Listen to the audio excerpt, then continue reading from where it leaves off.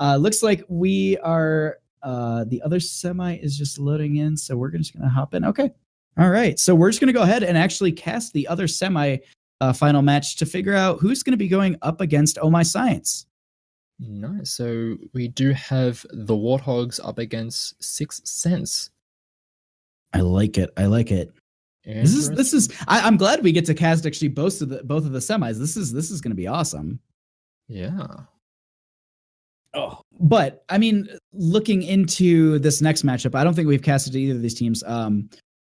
6 Cents is from a part of the bracket I don't think we even touched, but the WartHogs are the ones who actually beat out Moto Gaming, who we casted first this evening. So looks like they got beat out by the WartHogs. So I'm curious to see what the WartHogs will bring that, countered the obviously Moto Gaming, and what 6 Cents will be bringing, because we have no idea what either of these teams are capable at this point, or I honestly don't even know any of the members on any of these teams, I don't think.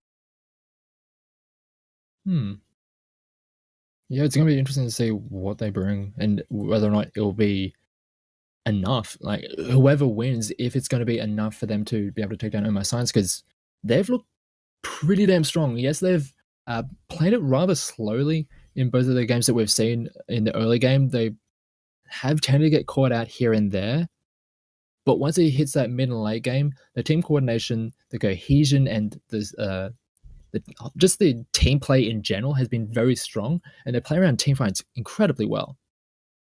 Yeah, and I'm wondering to see this next, like, who Oh My Science goes up against in the finals for tonight.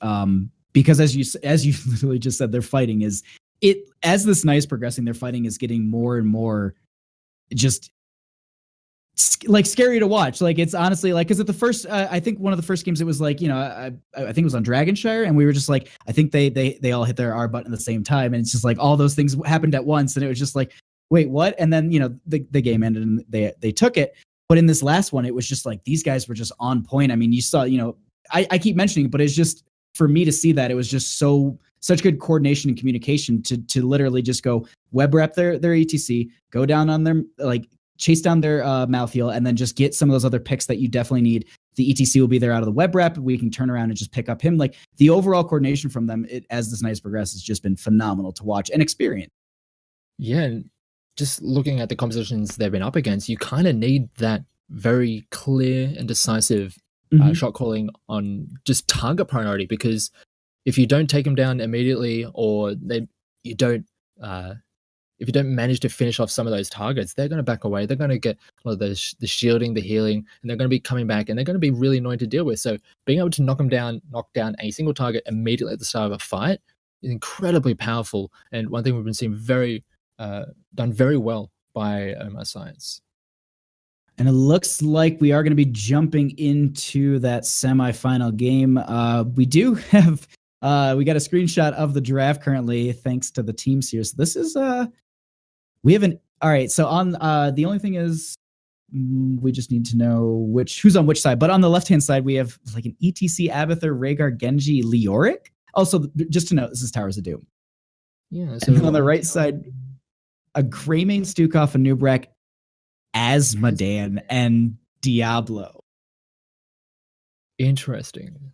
So now I'm a filthy Azmodan player. So I'm super excited about this. I know, like, probably a bunch of people in chat are just like, horrible human being. I have a blast playing. Like, I see too much Azmodan in ANZ queues. I mean, he's here too. I mean, split push laser build Azmodan. I see him mostly on like Volskaya, to be honest. But you know what? I have not played him there. That's one of the most. Actually really annoying, because more often than not, you're going to get to late game, and once you get to late game, Azmodan damage stacks up really hard. Actually, looking at the map that this is on now, Towers of Doom, Azmodan, you're more often than not going to be getting to a late game, and it, to be honest, on Towers of Doom, as long as you get to the late game, you're still in the game. It is a map that can swing very heavily because of the nature of the map and the fact that you can't actually go towards the core directly because of the way the map is. it always leaves an in for a team who can just manage to get those fights to go their way, to swing around the momentum of a game. And if as you get later and later into a game, and Azmodan, he can really start shredding through some teams or just split push a team to death. That's exactly it. The other thing to consider too is that he does have a lot of really good. He does have a lot of really good delay for the shrines as well. I mean, once you hit the 30 stacks for the Sieging Wrath, if you do go that route, you can go split push. That does work here. He does, siege very well with it. You can go for Taste for Blood. I personally have moved away from it mostly because the stacking is just so, it's like I got pretty, in my opinion, decent at the stacking, and then eventually it was just Sieging Wrath, because is it really worth it? You can ramp up way quicker. Exactly. So you can get into the late game with it with Taste for Blood and be an absolute, literal monster. But it's just the extended range from Sieging Wrath is going to be very beneficial for this team here, especially if they pair it into the 16 talent, where you're actually getting a demonic warrior that actually spawns with the dunk. So you have that dunk delay, and then you just have the guy kind of sitting there hitting you with an axe, slowing it down even more. So it's just one of those things that I think he's great for this map. But that's also because I play him a lot. So I was like, I'll just make it work. Yeah, and actually looking on the other side, the Abathar, who is the other very notable specialist that we have for this map. It is a map that Abathar can get a lot of work done. We talk about that kind of split push pressure, and it is a rather large map, and if you get control of the lanes and you can take control of the experience game, Abathar is so obnoxious to deal with from behind. Oh, the other thing too is it's a hyper carry Genji composition. Exactly. And by the way, just to note these, the first one we talked about with Azmodan, that is WartHogs draft. We are now talking about Sixth Sense, which is the ETC, Abathar, Rhaegar, Genji, and Leoric. They already went through draft. They're letting us kind of sneak in post draft and just get the game going, so at least we can cast it. So we're just loading in right now, but it's a hyper carry Genji. That's interesting. Yeah. Well, to be honest, you throw the Abathar hat onto a Leoric, and he can be really obnoxious to deal with. But I agree 100%. Just outside the whole ultimate evolution. But yes, Abathar ultimate evolutions on Genji can be really obnoxious. You just see two ninjas just dashing in and out of fights, and it's fun too. Hard to lock down. And when you have something, when you're only looking at, say, a single support of a Stukov, your allies could be could be under threat by two ninjas diving at you, and that's never a fun situation to be in. Yeah, and the other thing too is that you also have to consider, so Genji dives in and he's sitting there harassing your Stukov. You also can have a Leoric, Wraith walking in and doing the exact same thing, slowing the Stukov who maybe is getting peeled away from his team, and that just gives Genji more time to sit there and just shirking right into him, and just one build stacks into absolutely just kind of body him with that. So there's a lot on honestly both sides, because even then, you get one really good stun off of the Nubrek and combo it from Diablo, from WartHogs draft. There's a lot on their side too for the blow up. Yeah, and one thing to really talk about for the Sixth Sense draft, they don't necessarily have the safest of wave clear. You look at the Rhaegar, yeah, he can throw the Lightning Shield on, but he doesn't have the Lightning Bond talent at level 1 anymore. Poor Leoric, he has to overextend himself to try and clear waves. So if they're under pressure and they are forced onto the back foot trying to defend a siege, it could be a little awkward, because it's essentially their team comp is built around, we want to fight you at level 10. If you let us fight you at level 10, thank you. We'll do. And the WartHogs, they've got this going on, really. It's weird because some of the things I was going to kind of touch on this is so there's notes, if you want to talk about this like a fine wine, there's notes of dive from it, with the Greymane, with the Anubrak as well as the Diablo, but then you've got things that Stukov, like I wouldn't really. He's good at energy dive. He's good at. He's kind of good at the opposite. But yeah, it's a little. I'm just a little not worried, but it's just have a clear tone. Whereas I think you say it. You have a very clear indication of what they want to do with their composition. Mm-hmm. They want to kill you with a Genji and have a bug, a slug. Excuse me, a slug. Excuse me. You're right. No, 2 Genjis kill you. And then when that isn't possible, just needles from Genji's head as he's diving onto your Stukov. So but hey, you never know. They could turn around and completely just body the members who try and dive onto Stukov, and maybe that's really all it's about is just making sure that they have the potential to my Stukov is getting separated. We have Diablo's Shadow Charge, that has some decent range. You overpower, you can start separating people and really protect the Stukov. So maybe it's geared more around that area, just to make sure that they're kind of keeping their healers safe, so they stay alive in these over some of these big tower fights that they're going to be having into the later game. Yeah, it's very. I'm just throwing ideas out. Yeah, I'm just still a little bit confused by the composition, but we'll just have to wait and see how it plays out, because that Azmodan is. I still don't have a clue. I'm trying to think of ideas of what is going to be the overarching strategy behind the WartHogs team composition, but we'll just have to wait and see once we start getting to the game and start seeing these first few temple or shrine bell tower phases. I keep on. That's one thing about Heroes of the Storm that always annoys me. Is like, is it a shrine? Is it a temple? Is it an altar? Is it? It's all of them. It's the objective start spawning. That's the word. You just go with the objective, and you just go with the overarching one. But on the left-hand side, we are going to be having Sixth Sense with Labadi on the Leoric, Insecure on the Genji, Rocklobin. So I didn't look at these before. On the ETC, Labarbi on that Leoric, and D Blanc on the Rhaegar. And on the red side, we have the WartHogs. We have Miles of Pain on an Uberak, Magic Turtles on Stukov, Show 2 on Azmodan, Slip on Greymane, and Aaro Smurf on the Diablos. We do get a nice fight at level 1 as Labarbi came in to just scout out, as all of the members of the WartHogs are on the top side, just trying to get as much push as possible, but this is going to be damage traded back and forth. Not too much gained on either side, though. No, at this point, realistically, the one who's winning out the most in this is the ETC. He's currently stacking up those Prog Rock stacks that he took at level 1 with those regen globes. But we actually see, this is interesting, that there's actually a 4-man rotation happening from the top to mid, and I'm curious to see if they're going to continue this throughout the match. It's doable. It's just I always find that these rotations, if not practiced consistently and very, very often, they really fall out quickly. And looks like we're actually going to be having Miles of Pain going up against Insecure.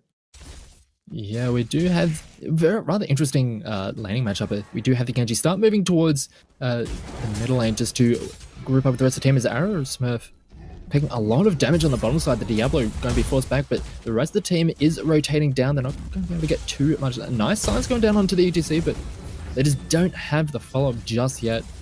They are going to be able to get away from that, as we do have the first altars. That's the word we're looking for.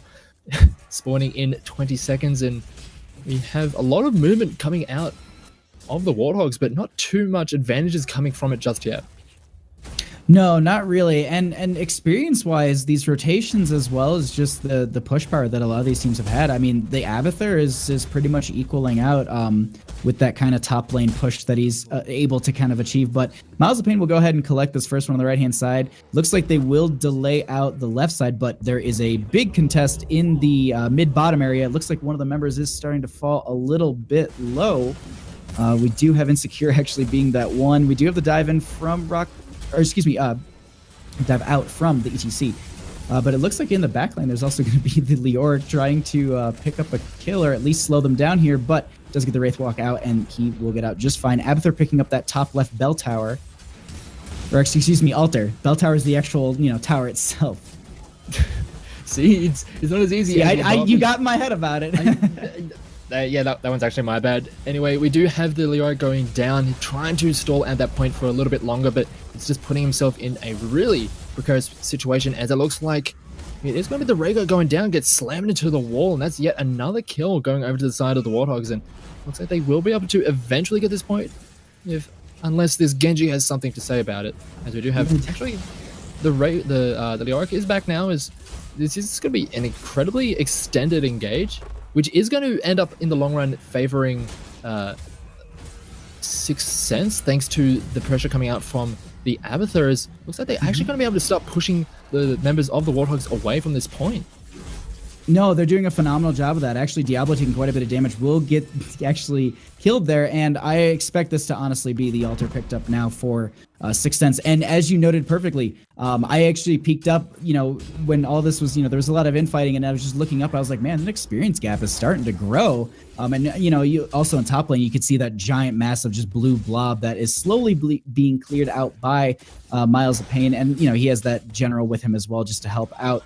Now at this point, I really like this. Sixth Sense, they're prioritizing these camps, which is going to be pushing into the bottom. Holding over bottom is huge on this map. It is quintessential. It's such an important tower to hold because it makes the rotations for two of the altars very, very difficult for the enemy team. As well as you can feed these things in and slowly just end the game this way rather than waiting for the altars to spawn.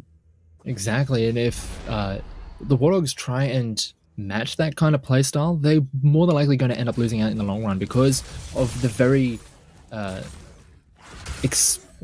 of the way that this composition from Sixth Sense operates. This Abathur is going to be fine to just keep on just maintaining this top side, as we do actually have Miles of Pain just continuing to push down with the help of that general, as you mentioned before, is doing so much work. But on the bottom side, they're going to keep on going with the fight as Slip takes a lot of damage. They do manage to get away from that lurking arm just in time, as they've taken a decent amount of damage. They're going to be forced to back away as those globes are coming in, doing a little bit of damage. As nice. Cocktail does drop that Genji really low and has to be very careful with how he comes back into this fight. But he does have a well tap, as we've been talking about that Asmodee, and his damage is really starting to stack up as we go throughout these fights. Yeah, he's looking at he's about halfway through his level 1 Sieging Wrath. Stukov, actually just checking in, is about, I think, a quarter of the way through his. He's getting there slowly. And the ETC is just about halfway through his proc rock. We actually have Miles of Pain going through all those mines there, trying to get this Leoric. It looks like they do start to kind of get him in. Oh, actually, the overpower kind of saving him there, taking him out. They do have the initial delay on this capture point from the Stukov, but it looks like ETC will kind of get zoned away here, and they will get the one, and it's going to be traded out at this point. But there's a huge fight over the boss, and this potentially could be devastating. We lose the Stukov. Do we lose the Diablo? The Genji will get the dash through, and that will secure that kill, and those two kills are big. Yeah, just a little bit too far coming out from WartHogs. They wanted to try and take down some of those overextended members, but pushing themselves into that boss pit just caused more damage than it was worth. They ended up taking damage and a lot of aggro from that boss, and that Headless Horseman, he does a lot, and it's nothing to sniff at. And once they started pushing in there, it was then that Magic Turtles on that Stukov was just in a horrible position, got caught out. And once that first one goes down, those resets start doing so much work, as the flip does go down onto the ETC. He's not able to get out of there. Nice. Ancestral does manage to keep him alive, but they're dropping so very low that Mosh Pit does get used, as they're not able to interrupt it just yet. They do manage to take down the ETC, but here comes the second Genji. They're not able to do anything. A nice lurking arm does manage to delay a little bit, but they do manage to lose the Stukov. So in the end, it's just going to be a 1-for-1. Yeah, that Abathur clone coming in, and that's exactly what we talked about in draft. The Genji diving into that Stukov in the backline, and then you said it even better, the clone Genji diving into the Stukov in the backline, because, if he dies, it doesn't matter because he's the clone. Minimal experience and that dunk. Ooh, and Apocalypse actually. That was an ambitious attempt at trying to secure a kill, but it was an attempt nonetheless, and that is going to be a tool that they will not be able to use for any potential engage should it happen in the next minute or two. So see, the thing I'm wondering is I believe we should be really, really close to I was about to say an altar phase, and so this is the time when you need to have the Apocalypse. So it's going to be down for 50 more seconds after the altars are going to be spawning, but that doesn't matter because we actually have a huge dive onto Stukov once again, and he will be the first one to die. Miles of Pain rotating through this team, going to get a stun into one of the members, but ouch. Yeah, that's all you can really say, and that's pretty much the life of a support. And we're starting to maybe move away from that double support and moving away from that safety net, and we'll talk about maybe having the Diablo and the Anub'arak essentially body blocking and being that linebacker to try and keep that support safe. But when he's overextended like that and all on his own, there's not really much you can do when you have a Genji, you have a Leoric just throwing themselves at you. And it just gets annihilated immediately, and now we do have these altars. Nice lockdown and nice zone control coming out from the members of the WartHogs, but they're taking so much damage. The Stukov is going to be the first one to go down, and no response just yet as the double Genji coming through as the Dragon Blade is slicing and dicing through the members of the WartHogs. They're not able to get any response. That's 3 down and 6 cents. They're just wiping the floor right now. And Leoric is trying to get the kill. He does secure that kill on Diablo, and the thing to note from that is that they burned his souls. He no longer has those. So as we kind of noted before this altar phase when the Apocalypse was used and that he doesn't have that, the souls is just as big as an asset for Diablo because that gives him that ability to really, shadow charge and be really aggressive, start that fight, and they need it. But with 13s on the side of Sixth Sense and as well as just overall map control at this point, they're playing their game. Like at this point, a lot of the stuff that the WartHogs are going to be doing is responsive.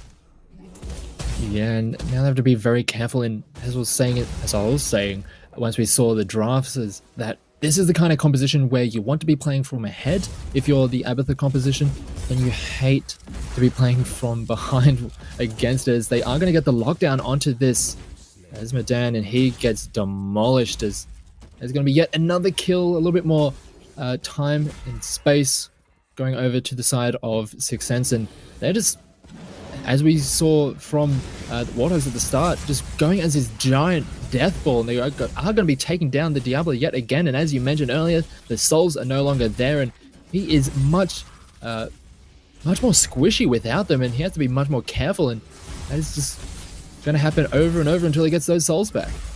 Exactly, and that is going to be quite some time. With the aggressive way that they're playing on the side of Sixth Sense, it's going to be hard for them to go get those because of the fact that, I think they're relying a lot on their Azmodan currently for those rotations while they kind of defend this bottom because, I went on a little rant about it, but like this is very important, and especially with an altar phase popping up, you want to make sure that you're not going to potentially take 5 shots or only do 3 shots of damage. Yeah, they do actually manage to hold on to that bell tower just for a little bit longer, but now we see the positioning from Sixth Sense. They have all the time and space in the world. The ETC may be able to come in from the top side and just do so much work and catch someone out of guard, but he does actually turn his attention towards the Azmodan, but the Rhaegar is going to get a lot of aggression on his side. He takes a lot of damage. The Leoric is going to be the first one to fall. Another goes down, and the WartHogs seem to have found a fight that they want. They pick up 2. They should be able to pick up this altar, and I'm not sure what was going on there from Sixth Sense, what the communication was like, because they had all the time in the world to set up, but in the end, the WartHogs are the one who take the fight and the altar. It looks like they're okay. For a second, I saw them kind of keep rotating up. I'm like, are they going for boss? Because I was like, that's a bit too risky in my opinion. But they don't go for it. Looks like they're going to go ahead and just kind of go back into these lanes, soak up a little bit, as well as pick up some of these camps and start to create their own bottom lane pressure at this point. Do have Leoric actually coming in here, taking quite a bit of damage, but he does have that Abathur hat at the same time, so it's not going to be that big of a deal. Actually, he's really far out at this point. He does have the Wraith Walk, uses March of the Black King. Huge Mosh onto 3 members. Looks like there's no stun to interrupt it, but unfortunately there's no follow-up damage. Genji just getting in here. Magic Turtle's going to be taking a little bit of damage.